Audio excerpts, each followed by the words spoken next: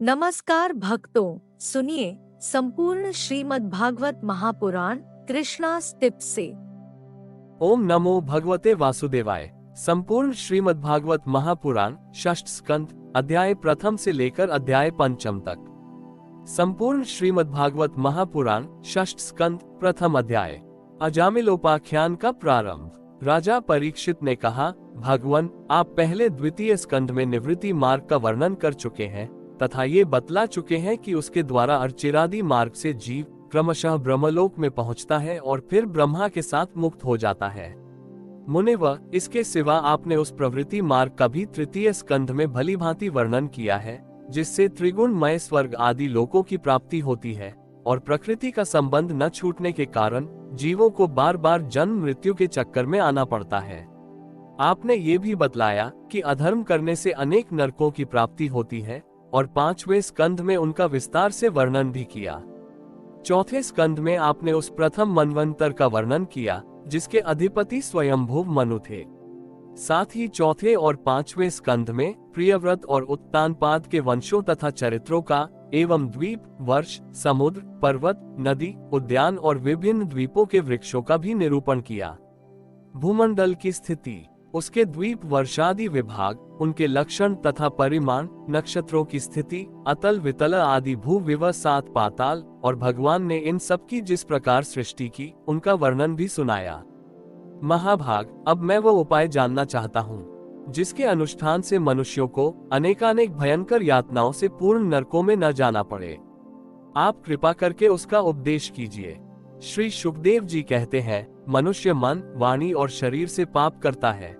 यदि वो उन पापों का इसी जन्म में प्रायश्चित न कर ले तो मरने के बाद उसे अवश्य ही उन भयंकर यातना पूर्ण नरकों में जाना पड़ता है, जिनका वर्णन मैंने तुम्हें पांचवें स्कंध के अंत में सुनाया है। इसलिए बड़ी सावधानी और सजगता के साथ रोग एवं मृत्यु के पहले ही शीघ्र से शीघ्र पापों की गुरुता और लघुता पर विचार करके उनका प्रायश्चित कर डालना चाहिए। जैसे मर्मज्ञ चिकित्सक रोगों का कारण और उनकी गुरुता लघुता जानकर झटपट उनकी चिकित्सा कर डालता है। राजा परीक्षित ने कहा, भगवान, मनुष्य राजदंड, समाज दंड आदि लौकिक और शास्त्रोक्त नरक गमन आदि पारलौकिक कष्टों से यह जानकर भी कि पाप उसका शत्रु है, पाप वासनाओं से विवश होकर बार बार वैसे ही कर्मों में प्रवृत्त हो जाता है।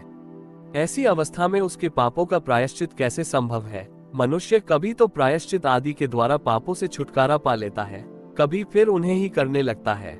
ऐसी स्थिति में मैं समझता हूँ कि जैसे स्नान करने के बाद धूल डाल लेने के कारण हाथी का स्नान व्यर्थ हो जाता है, वैसे ही मनुष्य का प्रायश्चित करना भी व्यर्थ ही है।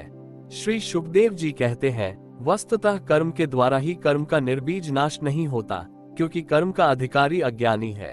अज्ञान रहते पाप वासनाएं सर्वथा नहीं मिट सकती। इसलिए सच्चा प्रायश्चित तो तत्व ज्ञान ही है। जो पुरुष केवल सुपथ्य का ही सेवन करता है उसे रोग अपने वश में नहीं कर सकते।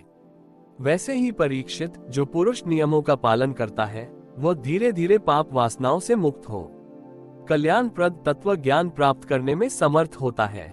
जैसे बांसों के झुरमुट में लगी आग बांसों को जला डालती है, वैसे ही धर्मज्ञ और श्रद्धावान धीर पुरुष तपस्या, ब्रह्मचर्य, इंद्रिय दमन, मन की स्थिरता, दान, सत्य, बाहर भीतर की पवित्रता तथा यम एवं नियम, इन 9 साधनों से मन, वाणी और शरीर द्वारा किए गए बड़े से बड़े पापों को भी नष्ट कर देते हैं। भगवान की शरण में रहने वाले भक्त जन जो बिरले ही होते हैं, केवल भक्ति के द्वारा अपने सारे पापों को उसी प्रकार भस्म कर देते हैं जैसे सूर्य कोहरे को। परीक्षित, पापी पुरुष की जैसी शुद्धि भगवान को आत्मसमर्पण करने से और उनके भक्तों का सेवन करने से होती है, वैसी तपस्या आदि के द्वारा नहीं होती। जगत में ये भक्ति का पथ ही सर्वश्रेष्ठ, भय रहित और कल्याण स्वरूप है, क्योंकि इस मार्ग पर भगवत परायण सुशील साधु जन चलते हैं। परीक्षित, जैसे शराब से भरे घड़े को नदियां पवित्र नहीं कर सकती, वैसे ही बड़े बड़े प्रायश्चित बार बार किए जाने पर भी भागवत विमुख मनुष्य को पवित्र करने में असमर्थ हैं। जिन्होंने अपने भगवत गुणानुरागी मन मधुकर को भगवान श्री कृष्ण के चरणारविंद मकरंद का एक बार पान करा दिया, उन्होंने सारे प्रायश्चित कर लिए। वे स्वप्न में भी यमराज और उनके पाशधारी दूतों को नहीं देखते। फिर नरक की तो बात ही क्या है। परीक्षित, इस विषय में महात्मा लोग एक प्राचीन इतिहास कहा करते हैं। उसमें भगवान विष्णु और यमराज के दूतों का संवाद है। तुम मुझसे उसे सुनो। कान्याकुब्ज नगर कन्नौज में एक दासी पति ब्राह्मण रहता था। उसका नाम था अजामिल। दासी के संसर्ग से दूषित होने के कारण उसका सदाचार नष्ट हो चुका था। वो पतित कभी बटोहियों को बांधकर उन्हें लूट लेता, कभी लोगों को जुए में छल से हरा देता, किसी का धन धोखाधड़ी से ले लेता तो किसी का चुरा लेता। इस प्रकार अत्यंत निंदनीय वृत्ति का आश्रय लेकर वो कुटुंब का पेट भरता था और दूसरे प्राणियों को बहुत ही सताता था। परीक्षित, इसी प्रकार वो वहां रहकर दासी के बच्चों का लालन पालन करता रहा। इस प्रकार उसकी आयु का बहुत बड़ा भाग 88 वर्ष बीत गया। बूढ़े अजामिल के 10 पुत्र थे। उनमें सबसे छोटे का नाम था नारायण। माँ बाप उससे बहुत प्यार करते थे। वृद्ध अजामिल ने अत्यंत मोह के कारण अपना संपूर्ण हृदय अपने बच्चे नारायण को सौंप दिया था। वो अपने बच्चे की तोतली बोली सुन सुनकर तथा बाल सुलभ खेल देख देख कर फूला नहीं समाता था। अजामिल बालक के स्नेह बंधन में बांध गया था। जब वह खाता तब उसे भी खिलाता, जब पानी पीता तो उसे भी पिलाता। इस प्रकार वह अतिशय मूढ़ हो गया था। उसे इस बात का पता ही न चला कि मृत्यु मेरे सिर पर आ पहुंची है। वो मूर्ख इसी प्रकार अपना जीवन बिता रहा था कि मृत्यु का समय आ पहुंचा। अब वह अपने पुत्र बालक नारायण के संबंध में ही सोचने विचारने लगा। इतने में ही अजामिल ने देखा कि उसे ले जाने के लिए अत्यंत भयावने 3 यमदूत आए हैं। उनके हाथों में फांसी है, मुंह टेढ़े टेढ़े हैं और शरीर के रोए खड़े हुए हैं। उस समय बालक नारायण वहां से कुछ दूरी पर खेल रहा था। यमदूतों को देखकर अजामिल अत्यंत व्याकुल हो गया और उसने बहुत ऊंचे स्वर से पुकारा, नारायण।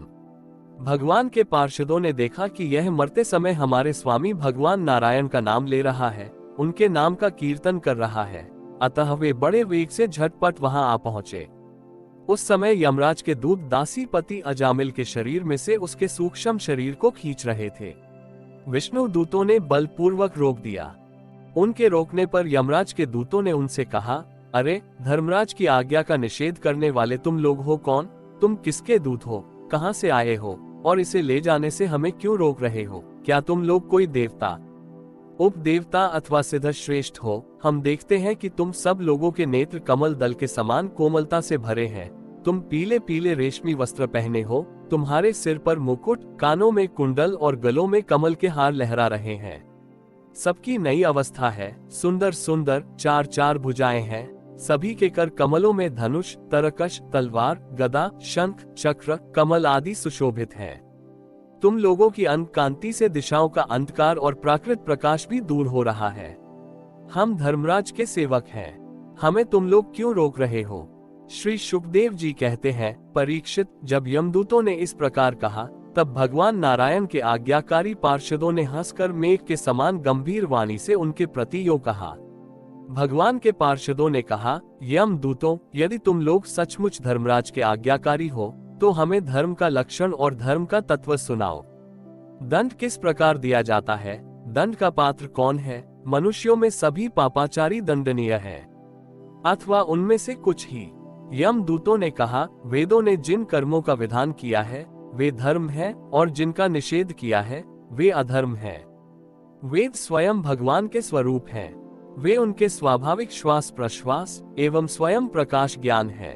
ऐसा हमने सुना है, जगत के राज्यों में, सत्व में और तमो में सभी पदार्थ, सभी प्राणी अपने परम आश्रय भगवान में ही स्थित रहते हैं।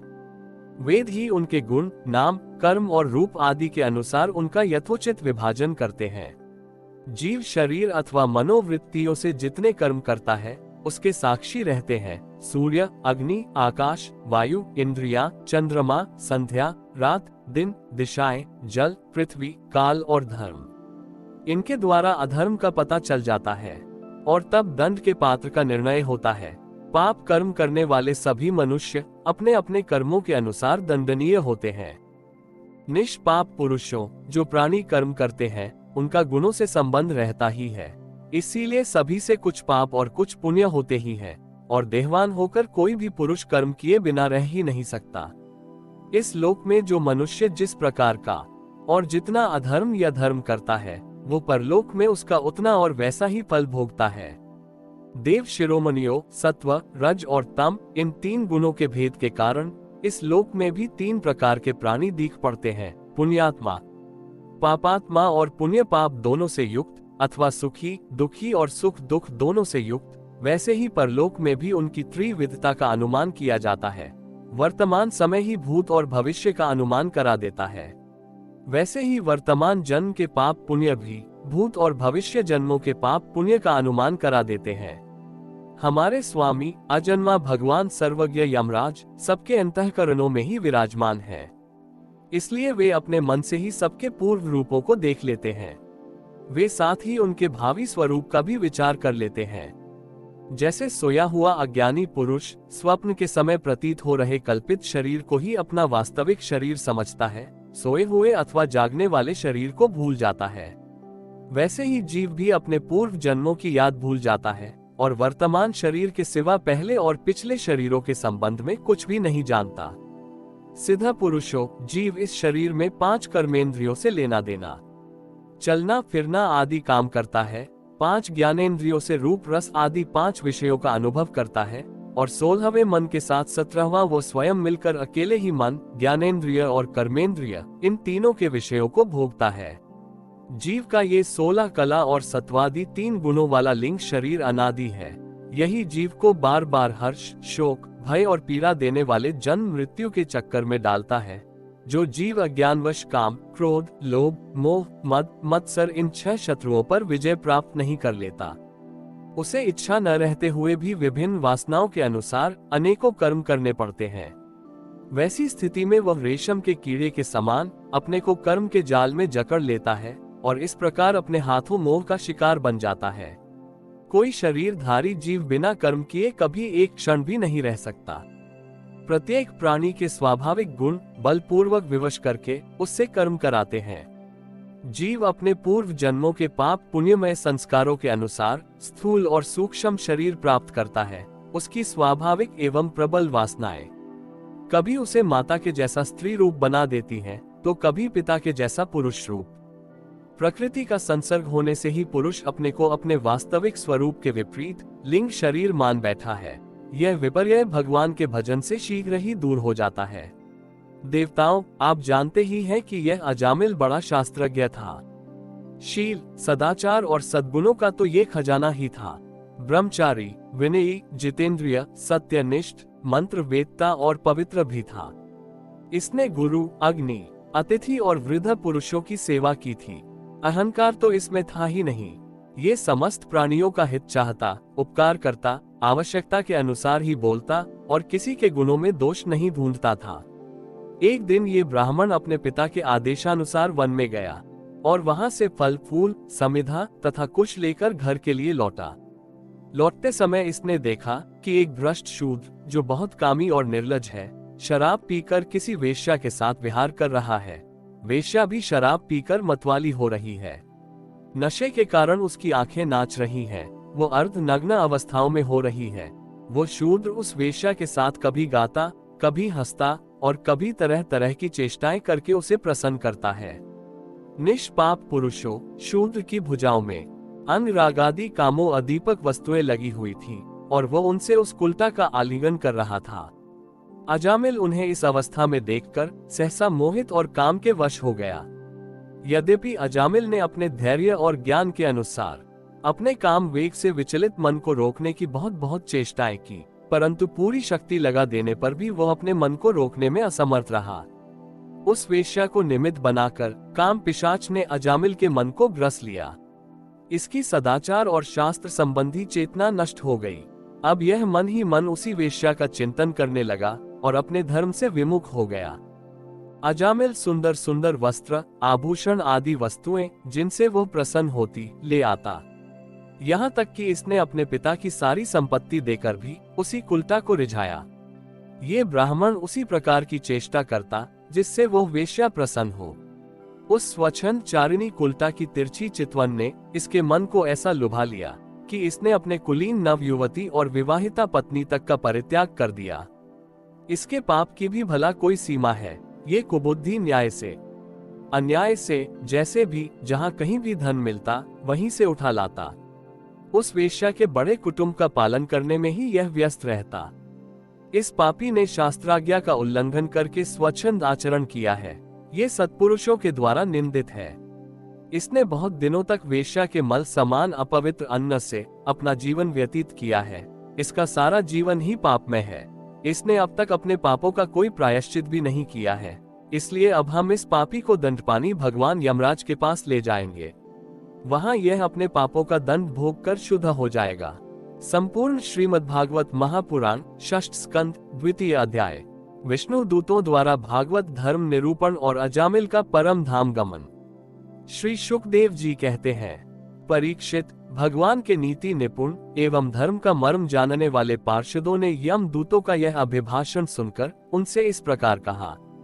भगवान के पार्षदों ने कहा, यमदूतों, ये बड़े आश्चर्य और खेद की बात है कि धर्मज्ञों की सभा में अधर्म प्रवेश कर रहा है, क्योंकि वहां निरपराध और अदंडनीय व्यक्तियों को व्यर्थ ही दंड दिया जाता है।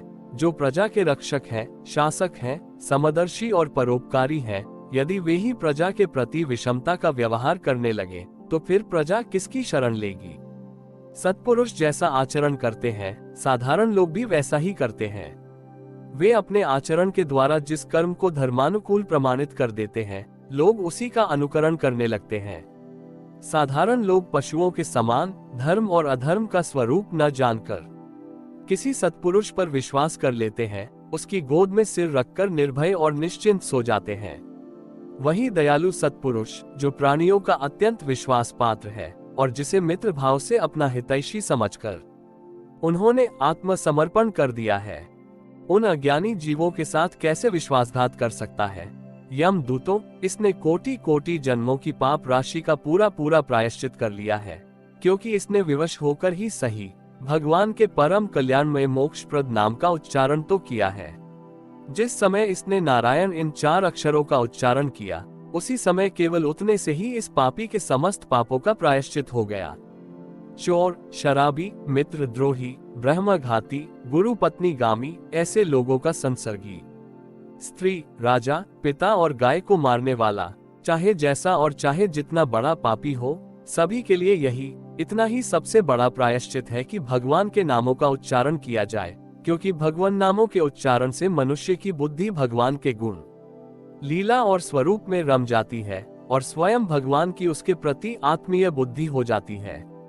बड़े बड़े ब्रह्मवादी ऋषियों ने पापों के बहुत से प्रायश्चित, कृच, चांद्रायण आदि व्रत बतलाए हैं, परंतु उन प्रायश्चितों से पापी की वैसी जड़ से शुद्धि नहीं होती जैसी भगवान के नामों का उनसे गुम्फित पदों का उच्चारण करने से होती है, क्योंकि वे नाम पवित्र कीर्ति भगवान के गुणों का ज्ञान कराने वाले हैं। क्योंकि भगवान के नाम अनंत हैं, सब नामों का उच्चारण संभव ही नहीं है। तात्पर्य यह है कि भगवान के एक नाम का उच्चारण करने मात्र से सब पापों की निवृत्ति हो जाती है। पूर्ण विश्वास न होने तथा नामोच्चारण के पश्चात भी पाप करने के कारण ही उसका अनुभव नहीं होता। यदि प्रायश्चित करने के बाद भी मन फिर से कुमार्ग में पाप की ओर दौड़े तो वह चरम सीमा का पूरा पूरा प्रायश्चित नहीं है। इसलिए जो लोग ऐसा प्रायश्चित करना चाहें कि जिससे पाप कर्मों और वासनाओं की जड़ ही उखड़ जाए, उन्हें भगवान के गुणों का गान करना चाहिए, क्योंकि उससे चित्त सर्वथा शुद्ध हो जाता है। इसलिए यमदूतों, तुम लोग अजामिल को मत ले जाओ। इसने सारे पापों का प्रायश्चित कर लिया है, क्योंकि इसने मरते समय भगवान के नाम का उच्चारण किया है। बड़े बड़े महात्मा पुरुष ये बात जानते हैं कि संकेत में किसी दूसरे अभिप्राय से, परिहास में, तान अलापने में अथवा किसी की अवहेलना करने में भी यदि कोई भगवान के नामों का उच्चारण करता है तो उसके सारे पाप नष्ट हो जाते हैं। जो मनुष्य गिरते समय, पैर फिसलते समय, अंग भंग होते समय और सांप के डंसते, आग में जलते तथा चोट लगते समय भी विवशता से हरि हरि कहकर भगवान के नाम का उच्चारण कर लेता है, वह यम यातना का पात्र नहीं रह जाता। महर्षियों ने जानबूझकर बड़े पापों के लिए बड़े और छोटे पापों के लिए छोटे प्रायश्चित बतलाए हैं। इसमें संदेह नहीं कि उन तपस्या, दान, जप आदि प्रायश्चितों के द्वारा वे पाप नष्ट हो जाते हैं, परंतु उन पापों से मलिन हुआ उसका हृदय शुद्ध नहीं होता। भगवान के चरणों की सेवा से वह भी शुद्ध हो जाता है। यमदूतों, जैसे जान या अनजान ईंधन से अग्नि का स्पर्श हो जाए तो वह भस्म हो ही जाता है, वैसे ही जानबूझकर या अनजान में भगवान के नामों का संकीर्तन करने से मनुष्य के सारे पाप भस्म हो जाते हैं। जैसे कोई परम शक्तिशाली अमृत को उसका गुण न जानकर अनजान में पी ले तो भी वह अवश्य ही पीने वाले को अमर बना देता है, वैसे ही अनजान में उच्चारण करने पर भी भगवान का नाम अपना फल देकर ही रहता है। वस्तु शक्ति श्रद्धा की अपेक्षा नहीं करती। श्री सुखदेव जी कहते हैं, राजन, इस प्रकार भगवान के पार्षदों ने भागवत धर्म का पूरा निर्णय सुना दिया और अजामिल को यमदूतों के पास से छुड़ाकर मृत्यु के मुख से बचा लिया। प्रिय परीक्षित, पार्षदों की यह बात सुनकर यमदूत यमराज के पास गए और उन्हें ये सारा वृतांत ज्यों का त्यों सुना दिया। अजामिल यमदूतों के फंदे से छूटकर निर्भय और स्वस्थ हो गया। उसने भगवान के पार्षदों के दर्शन जनित आनंद में मग्न होकर उन्हें सिर झुकाकर प्रणाम किया। निष्पाप परीक्षित, भगवान के पार्षदों ने देखा कि अजामिल कुछ कहना चाहता है, तब वे सहसा उसके सामने ही वहीं अंतर्धान हो गए। इस अवसर पर अजामिल ने भगवान के पार्षदों से विशुद्ध भागवत धर्म और यमदूतों के मुख से वेदोक्त सगुण प्रवृत्ति विषयक धर्म का श्रवण किया था। सर्व पापहारी भगवान की महिमा सुनने से अजामिल के हृदय में शीघ्र ही भक्ति का उदय हो गया। अब उसे अपने पापों को याद करके बड़ा पश्चाताप होने लगा। अजामिल मन ही मन सोचने लगा, अरे मैं कैसा इंद्रियों का दास हूँ। मैंने एक दासी के गर्भ से पुत्र उत्पन्न करके अपना ब्राह्मणत्व नष्ट कर दिया। ये बड़े दुख की बात है। धिक्कार है, मुझे बार बार धिक्कार है। मैं संतों के द्वारा निंदित हूँ, पापात्मा हूँ। मैंने अपने कुल में कलंक का टीका लगा दिया। हाय हाय, मैंने अपनी सती एवं अबोध पत्नी का परित्याग कर दिया और शराब पीने वाली कुलटा का संसर्ग किया। मैं कितना नीच हूँ। मेरे माँ बाप बूढ़े और तपस्वी थे, वे सर्वथा असहाय थे। उनकी सेवा शुश्रूषा करने वाला और कोई नहीं था। मैंने उनका भी परित्याग कर दिया। ओह, मैं कितना कृतघ्न हूँ। मैं अब अवश्य ही अत्यंत भयावने नरक में गिरूंगा, जिसमें गिरकर धर्मघाती पापात्मा कामी पुरुष अनेकों प्रकार की यमयातना भोगते हैं। मैंने अभी जो अद्भुत दृश्य देखा, क्या वह स्वप्न है अथवा जागृत अवस्था का ही प्रत्यक्ष अनुभव है? अभी अभी जो हाथों में फंदा लेकर मुझे खींच रहे थे, वे कहाँ चले गए? अभी अभी वे मुझे अपने फंदों में फंसाकर पृथ्वी के नीचे ले जा रहे थे, परंतु 4 अत्यंत सुंदर सिद्धों ने आकर मुझे छुड़ा लिया। वे अब कहाँ चले गए? यद्यपि मैं इस जन्म का महापापी हूँ, फिर भी मैंने पूर्व जन्मों में अवश्य ही शुभ कर्म किए होंगे, तभी तो मुझे इन श्रेष्ठ देवताओं के दर्शन हुए। उनकी स्मृति से मेरा हृदय अब भी आनंद से भर रहा है। मैं कुलटागामी और अत्यंत अपवित्र हूँ। यदि पूर्व जन्म में मैंने पुण्य न किए होते तो मरने के समय मेरी जीभ भगवान के मनमोहक नाम का उच्चारण कैसे कर पाती? कहाँ तो मैं महाकपटी, पापी, निर्लज और ब्रह्म तेज को नष्ट करने वाला, तथा कहाँ भगवान का वह परम मंगलमय नारायण नाम। सचमुच मैं तो कृतार्थ हो गया। अब मैं अपने मन, इंद्रिय और प्राणों को वश में करके ऐसा प्रयत्न करूंगा कि फिर अपने को घोर अंधकार में नरक में न डालूं। अज्ञानवश मैंने अपने को शरीर समझकर उसके लिए बड़ी बड़ी कामनाएं की और उनकी पूर्ति के लिए अनेकों कर्म किए। उन्हीं का फल है ये बंधन। अब मैं इसे काटकर समस्त प्राणियों का हित करूंगा, वासनाओं को शांत कर दूंगा, सबसे मित्रता का व्यवहार करूंगा, दुखियों पर दया करूंगा और पूरे संयम के साथ रहूंगा। भगवान की माया ने स्त्री का रूप धारण करके मुझ अधम को फांस लिया और क्रीड़ा मृग की भांति मुझे बहुत नाच नचाया। अब मैं अपने आप को उस माया से मुक्त करूंगा। मैंने सत्य वस्तु परमात्मा को पहचान लिया है, अतः अब मैं शरीर आदि में मैं तथा मेरे का भाव छोड़कर भगवान नाम के कीर्तन आदि से अपने मन को शुद्ध करूंगा और उसे भगवान में लगाऊंगा। श्री सुखदेव जी कहते हैं, परीक्षित, उन भगवान के पार्षद महात्माओं का केवल थोड़ी ही देर के लिए सत्संग हुआ था। इतने से ही अजामिल के चित्त में संसार के प्रति तीव्र वैराग्य हो गया। वे सबसे संबंध और मोह को छोड़कर हरिद्वार चले गए। उस देवस्थान में जाकर वे भगवान के मंदिर में आसन से बैठ गए और उन्होंने योग मार्ग का आश्रय लेकर अपनी सारी इंद्रियों को विषयों से हटाकर मन में लीन कर लिया और मन को बुद्धि में मिला दिया।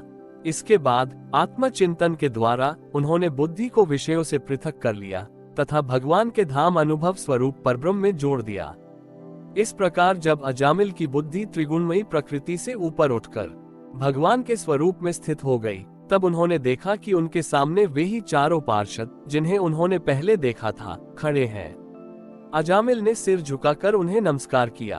उनका दर्शन पाने के बाद उन्होंने उस तीर्थ स्थान में गंगा के तट पर अपना शरीर त्याग दिया और तत्काल भगवान के पार्षदों का स्वरूप प्राप्त कर लिया। अजामिल भगवान के पार्षदों के साथ स्वर्णमय विमान पर आरूढ़ होकर आकाश मार्ग से भगवान लक्ष्मीपति के निवास स्थान वैकुंठ को चले गए। परीक्षित, अजामिल ने दासी का सहवास करके सारा धर्म कर्म चौपट कर दिया था। वे अपने निंदित कर्म के कारण पतित हो गए थे।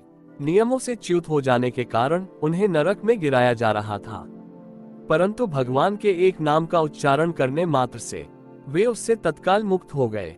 जो लोग इस संसार बंधन से मुक्त होना चाहते हैं, उनके लिए अपने चरणों के स्पर्श से तीर्थों को भी तीर्थ बनाने वाले भगवान के नाम से बढ़कर और कोई साधन नहीं है, क्योंकि नाम का आश्रय लेने से मनुष्य का मन फिर कर्म के पचड़ों में नहीं पड़ता। भगवान नाम के अतिरिक्त और किसी प्रायश्चित का आश्रय लेने पर रजोगुण और तमोगुण से ग्रस्त ही रहता है तथा पापों का पूरा पूरा नाश भी नहीं होता। परीक्षित, यह इतिहास अत्यंत गोपनीय और समस्त पापों का नाश करने वाला है। जो पुरुष श्रद्धा और भक्ति के साथ इसका श्रवण कीर्तन करता है, वो नरक में कभी नहीं जाता। यमराज के दूत तो आंख उठाकर उसकी ओर देख तक नहीं सकते।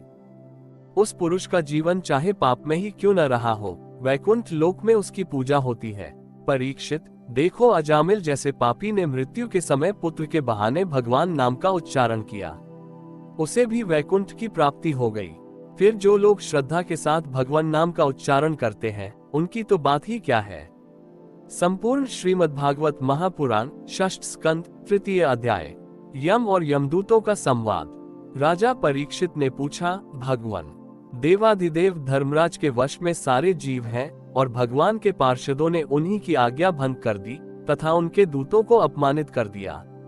जब उनके दूतों ने यमपुरी में जाकर उनसे अजामिल का वृतांत कह सुनाया, तब सब कुछ सुनकर उन्होंने अपने दूतों से क्या कहा, ऋषिव, मैंने पहले यह बात कभी नहीं सुनी कि किसी ने किसी भी कारण से धर्मराज के शासन का उल्लंघन किया हो। भगवान, इस विषय में लोग बहुत संदेह करेंगे और उसका निवारण आपके अतिरिक्त दूसरा कोई नहीं कर सकता, ऐसा मेरा निश्चय है। श्री सुखदेव जी कहते हैं, परीक्षित, जब भगवान के पार्षदों ने यम दूतों का प्रयत्न विफल कर दिया, तब उन लोगों ने संयमनीपुरी के स्वामी एवं अपने शासक यमराज के पास जाकर निवेदन किया। यम दूतों ने कहा, प्रभो, संसार के जीव 3 प्रकार के कर्म करते हैं, पाप, पुण्य अथवा दोनों से मिश्रित। इन जीवों को उन कर्मों का फल देने वाले शासक संसार में कितने हैं? यदि संसार में दंड देने वाले बहुत से शासक हो, तो किसे सुख मिले और किसे दुख, इसकी व्यवस्था एक सी न हो सकेगी। संसार में कर्म करने वालों के अनेक होने के कारण यदि उनके शासक भी अनेक हो, तो उन शासकों का शासकपना नाम मात्र के समान होगा। इसलिए हम तो ऐसा समझते हैं कि अकेले आप ही समस्त प्राणियों और उनके स्वामियों के भी अधीश्वर हैं। आप ही मनुष्यों के पाप और पुण्य के निर्णायक, दंडदाता और शासक हैं। प्रभो, अब तक संसार में कहीं भी आपके द्वारा नियत किए हुए दंड की अवहेलना नहीं हुई थी, किंतु इस समय 4 अद्भुत सिद्धों ने आपकी आज्ञा का उल्लंघन कर दिया है। प्रभो, आपकी आज्ञा से हम लोग एक पापी को यातना गृह की ओर ले जा रहे थे, परंतु उन्होंने बलपूर्वक आपके फंदे काटकर उसे छुड़ा दिया। हम आपसे उनका रहस्य जानना चाहते हैं। यदि आप हमें सुनने का अधिकारी समझे तो कहें। प्रभो, बड़े ही आश्चर्य की बात हुई कि इधर तो अजामिल के मुंह से नारायण ये शब्द निकला और उधर वे डरो मत कहते हुए झटपट वहां आ पहुंचे। श्री सुखदेव जी कहते हैं, जब दूतों ने इस प्रकार प्रश्न किया, तब देव शिरोमणि प्रजा के शासक भगवान यमराज ने प्रसन्न होकर श्री हरि के चरण कमलों का स्मरण करते हुए उनसे कहा। यमराज ने कहा, दूतों, मेरे अतिरिक्त एक और ही चराचर जगत के स्वामी हैं। उन्हीं में ये संपूर्ण जगत सूत में वस्त्र के समान ओतप्रोत है। उन्हीं के अंश ब्रह्मा, विष्णु और शंकर इस जगत की उत्पत्ति, स्थिति तथा प्रलय करते हैं। उन्हीं ने इस सारे जगत को नथे हुए बैल के समान अपने अधीन कर रखा है। मेरे प्यारे दूतों, जैसे किसान अपने बैलों को पहले छोटी छोटी रस्सियों में बांधकर फिर उन रस्सियों को एक बड़ी आड़ी रस्सी में बांध देते हैं, वैसे ही जगदीश्वर भगवान ने भी ब्रह्मांड आदि वर्ण और ब्रह्मचर्य आदि आश्रम रूप छोटी छोटी नाम की रस्सियों में बांधकर फिर सब नामों को वेद वाणी रूप बड़ी रस्सी में बांध रखा है। इस प्रकार सारे जीव नाम एवं कर्म रूप बंधन में बंधे हुए भयभीत होकर उन्हें ही अपना सर्वस्व भेंट कर रहे हैं।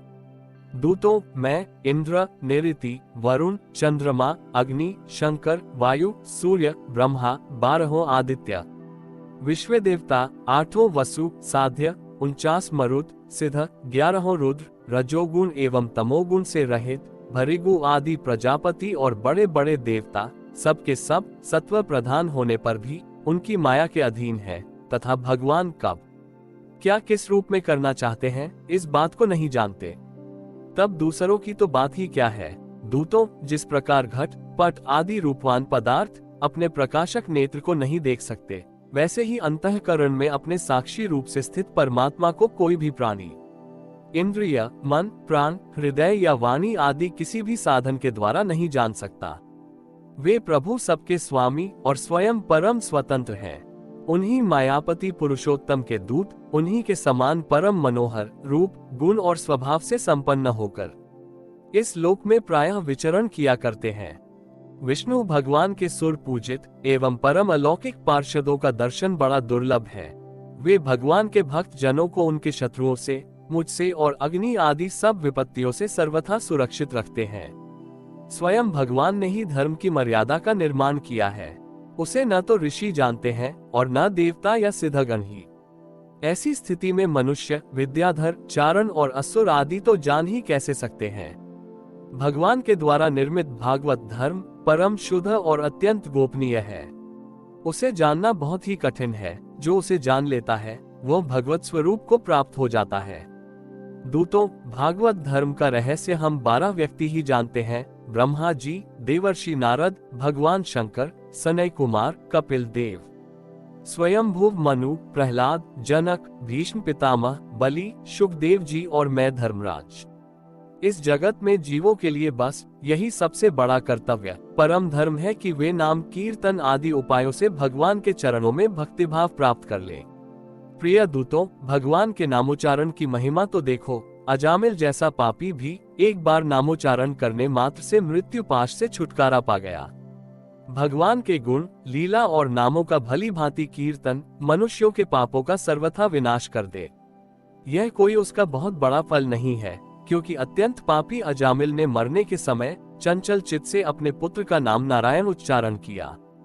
उस नामाभास मात्र से ही उसके सारे पाप तो क्षीण हो ही गए, मुक्ति की प्राप्ति भी हो गई। बड़े बड़े विद्वानों की बुद्धि कभी भगवान की माया से मोहित हो जाती है। वे कर्मों के मीठे मीठे फलों का वर्णन करने वाली अर्थवाद रूपिणी वेद वाणी में ही मोहित हो जाते हैं और यज्ञ यागादि बड़े बड़े कर्मों में ही संलग्न रहते हैं तथा इस सुगमाति सुगम भगवान नाम की महिमा को नहीं जानते। ये कितने खेद की बात है। प्रिय दूतों, बुद्धिमान पुरुष ऐसा विचार कर भगवान अनंत में ही संपूर्ण अंतःकरण से अपना भक्तिभाव स्थापित करते हैं। वे मेरे दंड के पात्र नहीं हैं। पहली बात तो ये है कि वे पाप करते ही नहीं, परंतु यदि कदाचित संयोगवश कोई पाप बन भी जाए तो उसे भगवान का गुणगान तत्काल नष्ट कर देता है। जो समदर्शी साधु भगवान को ही अपना साध्य और साधन दोनों समझकर उन पर निर्भर है, बड़े बड़े देवता और सिद्ध उनके पवित्र चरित्रों का प्रेम से गान करते रहते हैं। मेरे दूतों, भगवान की गदा उनकी सदा रक्षा करती रहती है। उनके पास तुम लोग कभी भूलकर भी मत फटकना। उन्हें दंड देने की सामर्थ्य न हम में है और न साक्षात काल में ही। बड़े बड़े परमहंस दिव्य रस के लोभ से संपूर्ण जगत और शरीर आदि से भी अपनी अहता ममता हटाकर अकिंचन होकर निरंतर भगवान मुकुंद के पादारविंद का मकरंद रस पान करते रहते हैं। जो दुष्ट उस दिव्य रस से विमुख हैं और नरक के दरवाजे घर गृहस्थी की तृष्णा का बोझा बांधकर उसे धो रहे हैं, उन्हीं को मेरे पास बार बार लाया करो। जिनकी जीभ भगवान के गुणों और नामों का उच्चारण नहीं करती, जिनका चित्त उनके चरणारविंदों का चिंतन नहीं करता और जिनका सिर एक बार भी भगवान श्री कृष्ण के चरणों में नहीं झुकता, उन भगवत सेवा विमुख पापियों को ही मेरे पास लाया करो। आज मेरे दूतों ने भगवान के पार्षदों का अपराध करके स्वयं भगवान का ही तिरस्कार किया है। यह मेरा ही अपराध है। पुराण पुरुष भगवान नारायण हम लोगों का यह अपराध क्षमा करें। हम अज्ञानी होने पर भी हैं उनके निज जन और उनकी आज्ञा पाने के लिए अंजलि बांधकर सदा उत्सुक रहते हैं।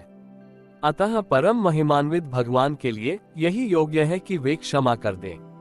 मैं उन सर्वांतर्यामी एक रस अनंत प्रभु को नमस्कार करता हूँ। श्री सुखदेव जी कहते हैं, परीक्षित, इसलिए तुम ऐसा समझ लो कि बड़े से बड़े पापों का सर्वोत्तम, अंतिम और पाप वासनाओं को भी निर्मूल कर डालने वाला प्रायश्चित यही है कि केवल भगवान के गुणों, लीलाओं और नामों का कीर्तन किया जाए।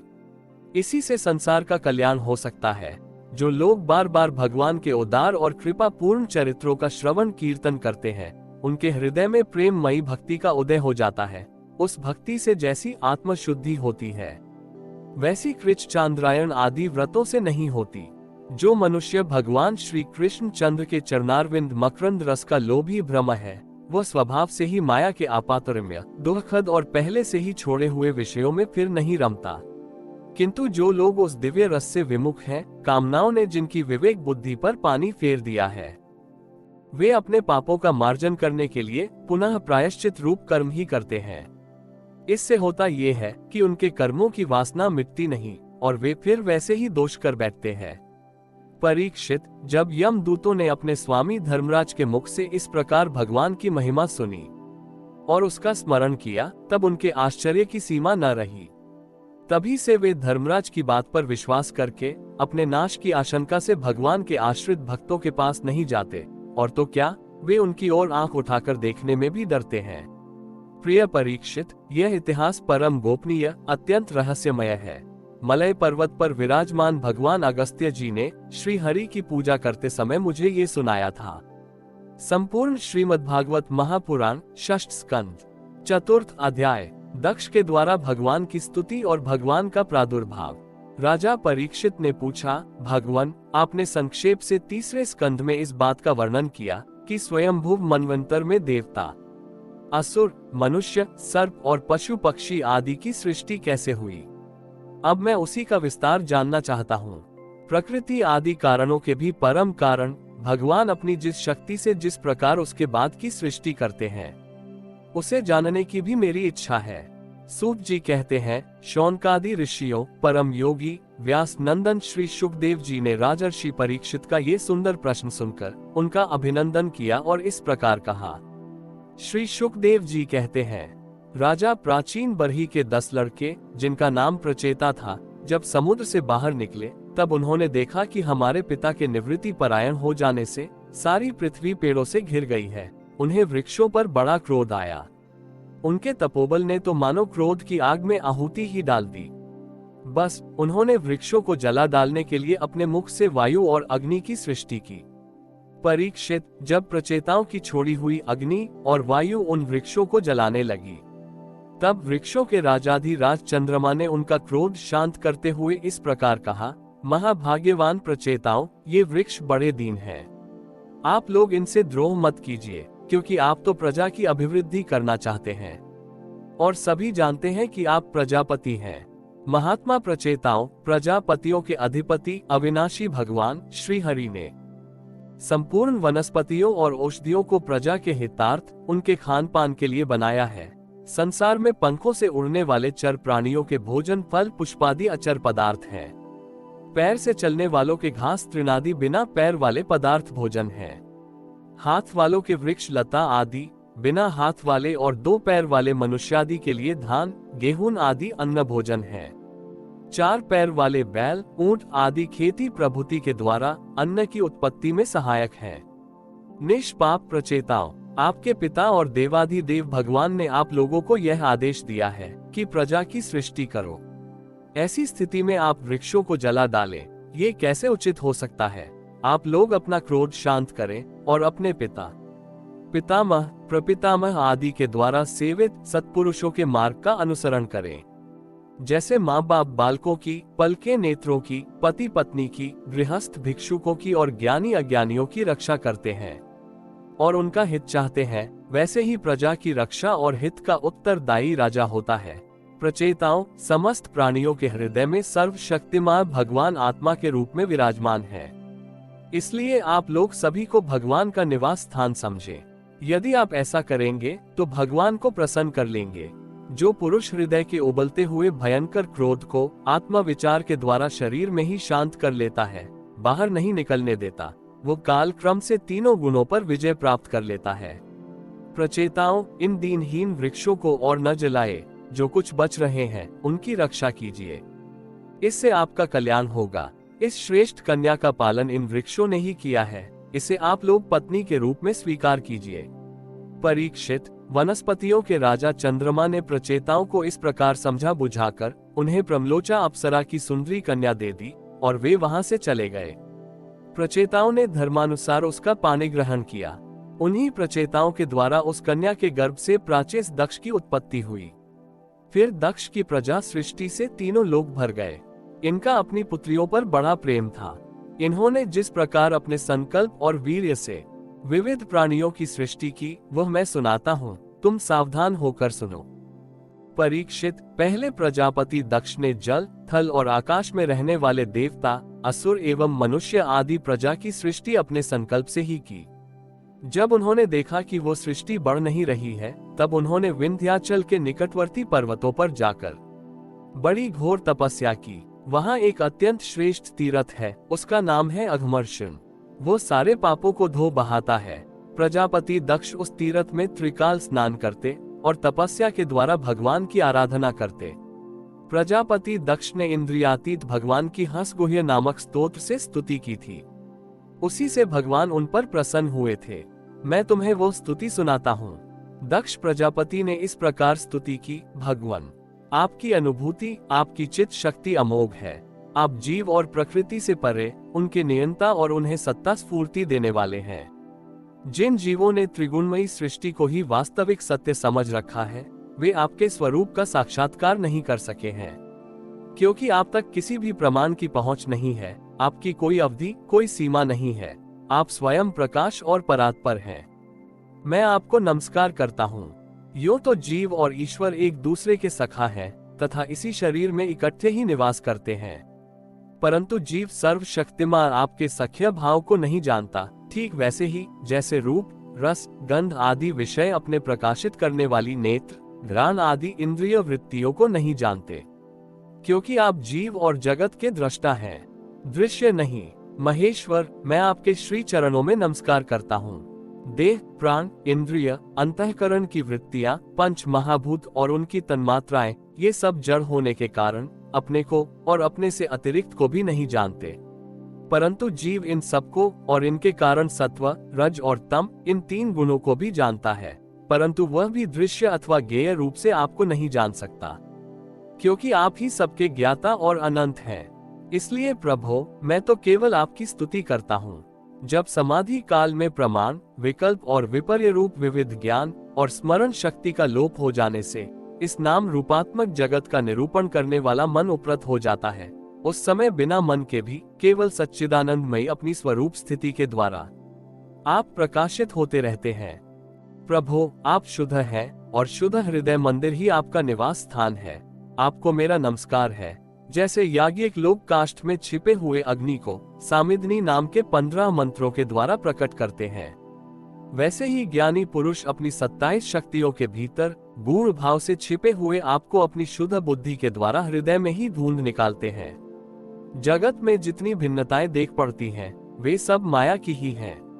माया का निषेध कर देने पर केवल परम सुख के साक्षात्कार स्वरूप आप ही अवशेष रहते हैं, परंतु जब विचार करने लगते हैं तब आपके स्वरूप में माया की उपलब्धि निर्वचन नहीं हो सकता, अर्थात माया भी आप ही हैं। अतः सारे नाम और सारे रूप आपके ही हैं। प्रभो, आप मुझ पर प्रसन्न होइए, मुझे आत्म प्रसाद से पूर्ण कर दीजिए।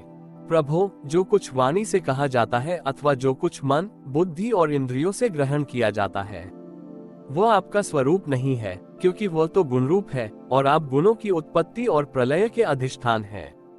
आप में केवल उनकी प्रतीति मात्र है। भगवान, आप में ही यह सारा जगत स्थित है, आपसे ही निकला है और आपने और किसी के सहारे नहीं, अपने आप से ही इसका निर्माण किया है। यह आपका ही है और आपके लिए ही है। इसके रूप में बनने वाले भी आप हैं और बनाने वाले भी आप ही हैं। बनने बनाने की विधि भी आप ही हैं। आप ही सबसे काम लेने वाले भी हैं। जब कार्य और कारण का भेद नहीं था, तब भी आप स्वयं सिद्ध स्वरूप से स्थित थे। इसी से आप सबके कारण भी हैं। सच्ची बात तो ये है जबकि आप जीव जगत के भेद और स्वगत भेद से सर्वथा रहित एक अद्वितीय हैं। आप स्वयं ब्रह्म हैं। आप मुझ पर प्रसन्न हो प्रभु। आपकी ही शक्तियां वादी प्रतिवादियों के विवाद और संवाद एकमत्य का विषय होती हैं और उन्हें बार बार मोह में डाल दिया करती हैं। आप अनंत अप्राकृत कल्याण गुण गणों से युक्त एवं स्वयं अनंत हैं। मैं आपको नमस्कार करता हूँ। भगवान, उपासक लोग कहते हैं कि हमारे प्रभु हस्तपादादि से युक्त साकार विग्रह है और सांख्यवादी कहते हैं कि भगवान हस्तपादादि विग्रह से रहित निराकार हैं। यद्यपि इस प्रकार वे एक ही वस्तु के दो परस्पर विरोधी धर्मों का वर्णन करते हैं, परंतु फिर भी उसमें विरोध नहीं है, क्योंकि दोनों एक ही परम वस्तु में स्थित हैं। बिना आधार के हाथ पैर आदि का होना संभव नहीं और निषेध की भी कोई न कोई अवधि होनी ही चाहिए। आप वही आधार और निषेध की अवधि हैं। इसलिए आप साकार निराकार दोनों से ही अविरुद्ध संपर ब्रह्म हैं। प्रभु, आप अनंत हैं। आपका न तो कोई प्राकृत नाम है और न कोई प्राकृत रूप, फिर भी जो आपके चरण कमलों का भजन करते हैं उन पर अनुग्रह करने के लिए आप अनेक रूपों में प्रकट होकर अनेकों लीलाएं करते हैं तथा उन रूपों एवं लीलाओं के अनुसार अनेकों नाम धारण कर लेते हैं। परमात्मन, आप मुझ पर कृपा प्रसाद कीजिए। लोगों की उपासनाएं प्रायः साधारण कोटि की होती हैं, अतः आप सबके हृदय में रहकर उनकी भावना के अनुसार भिन्न भिन्न देवताओं के रूप में प्रतीत होते रहते हैं। ठीक वैसे ही जैसे हवा गंध का आश्रय लेकर सुगंधित प्रतीत होती है परंतु वास्तव में सुगंधित नहीं होती, ऐसे सबकी भावनाओं का अनुसरण करने वाले प्रभु मेरी अभिलाषा पूर्ण करें। श्री शुकदेव जी कहते हैं, परीक्षित, विंध्याचल के अघमर्षण तीर्थ में जब प्रजापति दक्ष ने इस प्रकार स्तुति की तब भक्त वत्सल भगवान उनके सामने प्रकट हुए। उस समय भगवान गरुड़ के कंधों पर चरण रखे हुए थे। विशाल एवं हृष्ट पुष्ट 8 भुजाएं थीं। उनमें चक्र, शंख, तलवार, ढाल, बाण, धनुष, पाश और गदा धारण किए हुए थे। वर्षाकालीन मेघ के समान श्यामल शरीर पर पीतांबर फहरा रहा था। मुखमंडल प्रफुल्लित था। नेत्रों से प्रमाद की वर्षा हो रही थी। घुटनों तक वनमाला लटक रही थी। वक्षः स्थल पर सुनहरी रेखा श्रीवत्स चिन्ह और गले में कौस्तुभ मणि जगमगा रही थी। बहुमूल्य किरीट, कंगन, मकराकृत कुंडल, करधनी, अंगूठी, कड़े, नूपुर और बाजूबंद अपने अपने स्थान पर सुशोभित थे। त्रिभुवनपति भगवान ने त्रैलोक्य विमोहन रूप धारण कर रखा था। नारद, नंद, सुनंद आदि पार्षद उनके चारों ओर खड़े थे। इंद्र आदि देवेश्वरगण स्तुति कर रहे थे तथा सिद्ध, गंधर्व और चारण भगवान के गुणों का गान कर रहे थे। यह अत्यंत आश्चर्यमय और अलौकिक रूप देखकर दक्ष प्रजापति कुछ सहम गए। प्रजापति दक्ष ने आनंद से भरकर भगवान के चरणों में साष्टांग प्रणाम किया। जैसे झरनों के जल से नदियां भर जाती हैं, वैसे ही परमानंद के उद्रेक से उनकी एक एक इंद्रिय भर गई और आनंद परवश हो जाने के कारण वे कुछ भी बोल न सके। परीक्षित, प्रजापति दक्ष अत्यंत नम्रता से झुककर भगवान के सामने खड़े हो गए। भगवान सबके हृदय की बात जानते ही हैं। उन्होंने दक्ष प्रजापति की भक्ति और प्रजावृद्धि की कामना देखकर उनसे यूं कहा। श्री भगवान ने कहा, परम भाग्यवान दक्ष, अब तुम्हारी तपस्या सिद्ध हो गई, क्योंकि मुझ पर श्रद्धा करने से तुम्हारे हृदय में मेरे प्रति परम प्रेम भाव का उदय हो गया है। प्रजापते, तुमने इस विश्व की वृद्धि के लिए तपस्या की है, इसलिए मैं तुम पर प्रसन्न हूँ, क्योंकि यह मेरी ही इच्छा है कि जगत के समस्त प्राणी अभिवृद्ध और समृद्ध हों। ब्रह्मा, शंकर, तुम्हारे जैसे प्रजापति, स्वयंभुव आदि मनु तथा इंद्रादि देवेश्वर, ये सब मेरी विभूतियां हैं और सभी प्राणियों की अभिवृद्धि करने वाले हैं। ब्रह्म, तपस्या मेरा हृदय है, विद्या शरीर है, कर्म आकृति है, यज्ञ अंग है, धर्म मन है और देवता प्राण है। जब ये सृष्टि नहीं थी तब केवल मैं ही था और वह भी निष्क्रिय रूप में। बाहर भीतर कहीं भी और कुछ न था, न तो कोई दृष्टा था और न दृश्य। मैं केवल ज्ञान स्वरूप और अव्यक्त था। ऐसा समझ लो मानो सब और सुषुप्ति ही सुषुप्ति छा रही हो। प्रिय दक्ष, मैं अनंत गुणों का आधार एवं स्वयं अनंत हूँ। जब गुणमयी माया के क्षोभ से यह ब्रह्मांड शरीर प्रकट हुआ तब इसमें अयोनिज आदि पुरुष ब्रह्मा उत्पन्न हुए। जब मैंने उनमें शक्ति और चेतना का संचार किया तब देव शिरोमणि ब्रह्मा सृष्टि करने के लिए उद्यत हुए। परंतु उन्होंने अपने को सृष्टि कार्य में असमर्थ सा पाया। उस समय मैंने उन्हें आज्ञा दी कि तप करो। तब उन्होंने घोर तपस्या की और उस तपस्या के प्रभाव से पहले पहल तुम 9 प्रजापतियों की सृष्टि की। प्रिय दक्ष, देखो, ये पंचन प्रजापति की कन्या असिग्नी है। इसे तुम अपनी पत्नी के रूप में ग्रहण करो। अब तुम गृहस्थोचित स्त्री सहवास रूप धर्म को स्वीकार करो। यह असिग्नी भी उसी धर्म को स्वीकार करेगी। तब तुम इसके द्वारा बहुत सी प्रजा उत्पन्न कर सकोगे। प्रजापते, अब तक तो मानसी सृष्टि होती थी, परंतु अब तुम्हारे बाद सारी प्रजा मेरी माया से स्त्री पुरुष के सहयोग से ही उत्पन्न होगी तथा मेरी सेवा में तत्पर रहेगी। श्री सुखदेव जी कहते हैं, विश्व के जीवन दाता भगवान श्री हरि यह कहकर दक्ष के सामने ही इस प्रकार अंतर्धान हो गए, जैसे स्वप्न में देखी हुई वस्तु स्वप्न टूटते ही लुप्त हो जाती है। संपूर्ण श्रीमद्भागवत महापुराण षष्ठ स्कंद पंचम अध्याय। श्री नारद जी के उपदेश से दक्ष पुत्रों की विरक्ति तथा नारद जी को दक्ष का शाप। श्री सुखदेव जी कहते हैं, परीक्षित, भगवान के शक्ति संचार से दक्ष प्रजापति परम समर्थ हो गए थे। उन्होंने पंचन की पुत्री असिग्नी से हर्यश्व नाम के 10,000 पुत्र उत्पन्न किए। राजन, दक्ष के ये सभी पुत्र एक आचरण और एक स्वभाव के थे। जब उनके पिता दक्ष ने उन्हें संतान उत्पन्न करने की आज्ञा दी, तब वे तपस्या करने के विचार से पश्चिम दिशा की ओर गए। पश्चिम दिशा में सिंधु नदी और समुद्र के संगम पर नारायण सर नाम का एक महान तीर्थ है। बड़े बड़े मुनि और सिद्ध पुरुष वहां निवास करते हैं। नारायण सर में स्नान करते ही हर्यश्वों के अंतःकरण शुद्ध हो गए। उनकी बुद्धि भागवत धर्म में लग गई। फिर भी अपने पिता दक्ष की आज्ञा से बंधे होने कारण वे उग्र तपस्या ही करते रहे। जब देवर्षि नारद ने देखा कि भागवत धर्म में रुचि होने पर भी ये प्रजा वृद्धि के लिए ही तत्पर हैं, तब उन्होंने उनके पास आकर कहा, अरे हर्यश्वो, तुम प्रजापति हो तो क्या हुआ? वास्तव में तो तुम लोग मूर्ख ही हो। बतलाओ तो, जब तुम लोगों ने पृथ्वी का अंत ही नहीं देखा, तब सृष्टि कैसे करोगे? बड़े खेद की बात है।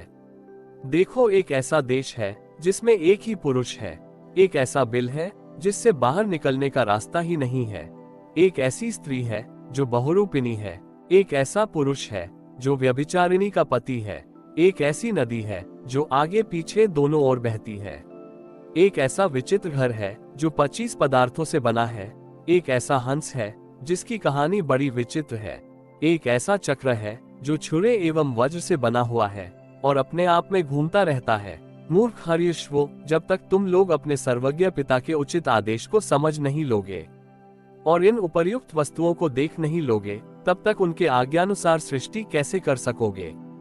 श्री सुखदेव जी कहते हैं, परीक्षित, हर्यश्व जन्म से ही बड़े बुद्धिमान थे। वे देवर्षि नारद की यह पहेली, ये गूढ़ वचन सुनकर अपनी बुद्धि से स्वयं ही विचार करने लगे। देवर्षि नारद का कहना तो सच है। ये लिंग शरीर ही, जिसे साधारणतः जीव कहते हैं, पृथ्वी है और यही आत्मा का अनादि बंधन है। इसका अंत विनाश देखे बिना मोक्ष के अनुपयोगी कर्मों में लगे रहने से क्या लाभ है? सचमुच ईश्वर एक ही है। वो जागृत आदि तीनों अवस्थाओं और उनके अभिमानियों से भिन्न, उनका साक्षी तुर्य है। वही सबका आश्रय है, परंतु उसका आश्रय कोई नहीं है, वही भगवान है। उस प्रकृति आदि से अतीत नित्य मुक्त परमात्मा को देखे बिना भगवान के प्रति असमर्पित कर्मों से जीव को क्या लाभ है? जैसे मनुष्य बिल रूप पाताल में प्रवेश करके वहां से नहीं लौट पाता, वैसे ही जीव जिसको प्राप्त होकर फिर संसार में नहीं लौटता। जो स्वयं अंतर्ज्योति स्वरूप है, उस परमात्मा को जाने बिना विनाशवान स्वर्ग आदि फल देने वाले कर्मों को करने से क्या लाभ है? यह अपनी बुद्धि ही बहुरूपिणी और सत्व रज आदि गुणों को धारण करने वाली व्यभिचारिणी स्त्री के समान है। इस जीवन में इसका अंत जाने बिना, विवेक प्राप्त किए बिना अशांति को अधिकाधिक बढ़ाने वाले कर्म करने का प्रयोजन ही क्या है? ये बुद्धि ही कुलटा स्त्री के समान है। इसके संग से जीव रूप पुरुष का ऐश्वर्य, इसकी स्वतंत्रता नष्ट हो गई है। इसी के पीछे पीछे वो कुलटा स्त्री के पति की भांति न जाने कहां कहां भटक रहा है। इसकी विभिन्न गतियों चालों को जाने बिना ही विवेक रहित कर्मों से क्या सिद्धि मिलेगी? माया ही दोनों ओर बहने वाली नदी है। ये सृष्टि भी करती है और प्रलय भी।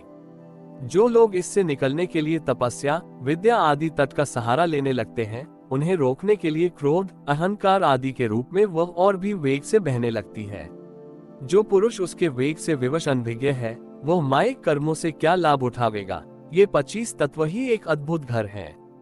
पुरुष उनका आश्चर्यमय आश्रय है, वही समस्त कार्य करणात्मक जगत का अधिष्ठाता है। ये बात न जानकर सच्चा स्वातंत्र्य प्राप्त किए बिना झूठी स्वतंत्रता से किए जाने वाले कर्म व्यर्थ ही हैं। भगवान का स्वरूप बतलाने वाला शास्त्र हंस के समान निर्क्षीर विवेकी है। वह बंधन, मोक्ष, चेतन और जड़ को अलग अलग करके दिखा देता है। ऐसे अध्यात्म शास्त्र रूप हंस का आश्रय छोड़कर उसे जाने बिना बहिर्मुख बनाने वाले कर्मों से लाभ ही क्या है। ये काल ही एक चक्र है, यह निरंतर घूमता रहता है। इसकी धार छुरे और वज्र के समान तीखी है और यह सारे जगत को अपनी ओर खींच रहा है। इसको रोकने वाला कोई नहीं, ये परम स्वतंत्र है। ये बात ना जानकर कर्मों के फल को नित्य समझकर जो लोग सकाम भाव से उनका अनुष्ठान करते हैं, उन्हें उन अनित्य कर्मों से क्या लाभ होगा। शास्त्र ही पिता है, क्योंकि दूसरा जन्म शास्त्र के द्वारा ही होता है और उसका आदेश कर्मों में लगना नहीं, उनसे निवृत्त होना है। इसे जो नहीं जानता वो गुणमय शब्द आदि विषयों पर विश्वास कर लेता है। अब वह कर्मों से निवृत्त होने की आज्ञा का पालन भला कैसे कर सकता है।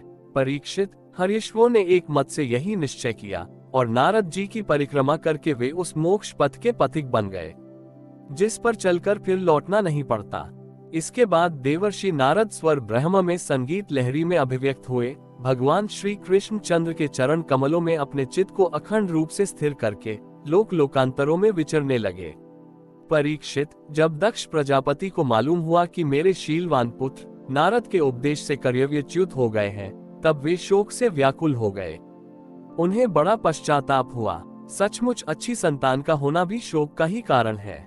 ब्रह्मा जी ने दक्ष प्रजापति को बड़ी सांत्वना दी। तब उन्होंने पंचन नंदिनी असिग्नी के गर्भ से 1000 पुत्र और उत्पन्न किए। उनका नाम था शबलाश। वे भी अपने पिता दक्ष प्रजापति की आज्ञा पाकर प्रजा सृष्टि के उद्देश्य से तप करने के लिए उसी नारायण सरोवर पर गए, जहां जाकर उनके बड़े भाइयों ने सिद्धि प्राप्त की थी। शबलाश्वों ने वहां जाकर उस सरोवर में स्नान किया। स्नान मात्र से ही उनके अंतःकरण के सारे मल धुल गए। अब वे पर ब्रह्म स्वरूप प्रणव का जप करते हुए महान तपस्या में लग गए। कुछ महीनों तक केवल जल और कुछ महीनों तक केवल हवा पीकर ही उन्होंने तपस्या की। हम नमस्कार पूर्वक ओमकार स्वरूप भगवान नारायण का ध्यान करते हैं, जो विशुद्ध चित्त में निवास करते हैं, सबके अंतर्यामी हैं तथा सर्वव्यापक एवं परम हंस स्वरूप हैं। इस मंत्र का अभ्यास करते हुए मंत्राधिपति भगवान की आराधना की। परीक्षित, इस प्रकार दक्ष के पुत्र शबलाश प्रजा सृष्टि के लिए तपस्या में संलग्न थे। उनके पास भी देवर्षि नारद आए और उन्होंने पहले के समान ही कूट वचन कहे। उन्होंने कहा, दक्ष प्रजापति के पुत्रों, मैं तुम लोगों को जो उपदेश देता हूँ उसे सुनो। तुम लोग तो अपने भाइयों से बड़ा प्रेम करते हो, इसलिए उनके मार्ग का अनुसंधान करो। जो धर्मज्ञ भाई अपने बड़े भाइयों के श्रेष्ठ मार्ग का अनुसरण करता है, वही सच्चा भाई है। वो पुण्यवान पुरुष परलोक में मरुदगणों के साथ आनंद भोगता है। परीक्षित, शबलाश्वों को इस प्रकार उपदेश देकर देवर्षि नारद वहां से चले गए और उन लोगों ने भी अपने भाइयों के मार्ग का ही अनुगम किया, क्योंकि नारद जी का दर्शन कभी व्यर्थ नहीं जाता। वे उस पथ के पथिक बने जो अंतर्मुखी वृत्ति से प्राप्त होने योग्य, अत्यंत सुंदर और भगवत प्राप्ति के अनुकूल है। वे बीती हुई रात्रियों के समान न तो उस मार्ग से अब तक लौटे हैं और न लौटेंगे ही। दक्ष प्रजापति ने देखा कि आजकल बहुत से अपशकुन हो रहे हैं। उनके चित्त में पुत्रों के अनिष्ट की आशंका हो आई। इतने में ही उन्हें मालूम हुआ कि पहले की भांति अब की बार भी नारद जी ने मेरे पुत्रों को चौपट कर दिया। उन्हें अपने पुत्रों की कर्तव्यच्युति से बड़ा शोक हुआ और वे नारद जी पर बड़े क्रोधित हुए। उनके मिलने पर क्रोध के मारे दक्ष प्रजापति के होठ फड़कने लगे और वे आवेश में भरकर नारद जी से बोले। दक्ष प्रजापति ने कहा, ओ दुष्ट, तुमने झूठ मूठ साधुओं का बाना पहन रखा है। हमारे भोले भोले बालकों को भिक्षुकों का मार्ग दिखाकर तुमने हमारा बड़ा अपकार किया है। अभी उन्होंने ब्रह्मचर्य से ऋषि ऋण, यज्ञ से देव ऋण और पुत्रोत्पत्ति से पितृ ऋण नहीं उतारा। उन्हें अभी कर्म फल की नश्वरता के संबंध में भी कुछ विचार नहीं था, परंतु पापात्मन, तुमने उनके दोनों लोकों का सुख चौपट कर दिया। सचमुच तुम्हारे हृदय में दया का नाम भी नहीं है।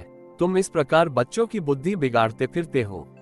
तुमने भगवान के पार्षदों में रहकर उनकी कीर्ति में कलंक ही लगाया। सचमुच तुम बड़े निर्लज हो। मैं जानता हूं कि भगवान के पार्षद सदा सर्वदा दुखी प्राणियों पर दया करने के लिए व्यग्र रहते हैं, परंतु तुम प्रेम भाव का विनाश करने वाले हो।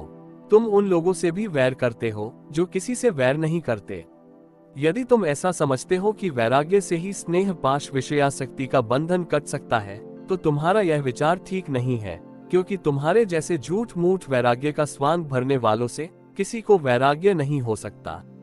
नारद, मनुष्य विषयों का अनुभव किए बिना उनकी कटुता नहीं जान सकता, इसलिए उनकी दुख रूपता का अनुभव होने पर स्वयं जैसा वैराग्य होता है, वैसा दूसरों के बहकाने से नहीं होता। तुम तो हमारी वंश परंपरा का उच्छेद करने पर ही उतारू हो रहे हो। तुमने फिर हमारे साथ वही दुष्टता का व्यवहार किया, इसलिए मूढ़ जाओ, लोक लोकांतरों में भटकते रहो, कहीं भी तुम्हारे लिए ठहरने को ठौर नहीं होगी। श्री शुकदेव जी कहते हैं, परीक्षित, संत शिरोमणि देवर्षि नारद ने बहुत अच्छा कहकर दक्ष का शाप स्वीकार कर लिया। संसार में बस साधुता इसी का नाम है कि बदला लेने की शक्ति रहने पर भी दूसरे का किया हुआ अपकार सह लिया जाए। हरि ओम तत्सत। इति श्रीमद्भागवत महापुराण षष्ठ स्कंध अध्याय प्रथम से लेकर अध्याय पंचम तक संपूर्ण।